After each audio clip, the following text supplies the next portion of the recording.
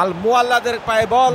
হ্যাঁ, পাস চলছে, পাস চলছে। এই মালিকির ভুল পাস, নিকোলাস ওতামেন্দি সেখানে ডেফিনেটলি, এবং হ্যাঁ সেটা কিন্তু সেন্টার ক্রস লাইনের বাইরে চলে গেছে।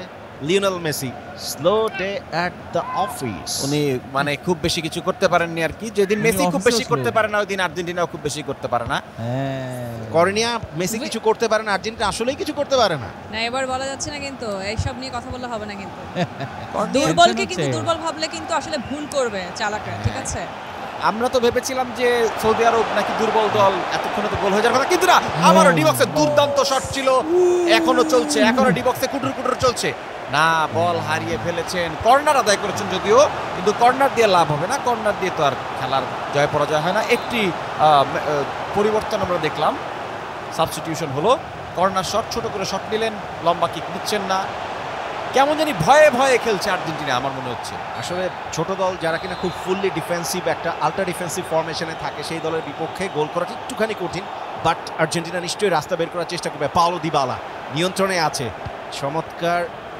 এখনো পর্যন্ত মলিনাকে একটু তুলে আনা হয়েছে, এই ফুলব্যাক আমরা জানি যে খুব ভালো সাফল করেন উপরে নিচে।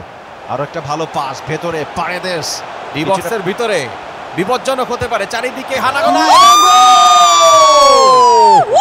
সৌদি আরবের আকাশে দুর্যোগের ঘনঘটা, কে তাকে আশা দেবে, কে তাকে ভরসা দেবে?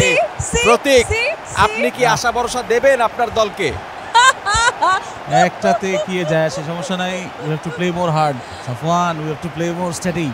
ইয়েস, কথাই না বড় হয়ে কাজে বড় হতে হবে। হ্যাঁ, গোল একটা দিয়ে আরেকজন এতক্ষণ এত কষ্ট করে করে হ্যাঁ। এখনো প্রথমার্ধের খেলা চলছে, এখন পর্যন্ত ফলাফল আর্জেন্টিনা 1, সৌদি আরব 0। নো প্রবলেম, নো তাদের সেলিব্রেশন থামতেছে না। সৌদি আরবের এগেইনস্টে একটা গোল দিয়ে মনে করতেছে ওয়ার্ল্ড কাপ জিতে গেছে। দাদা ভাই রিল্যাক্স করেন, একটু রিল্যাক্স করেন। এই যে এতক্ষণ ধরে যে বকবক করছিল যারা হ্যাভ আ আর্জেন্টিনা রিল্যাক্স। নিয়ে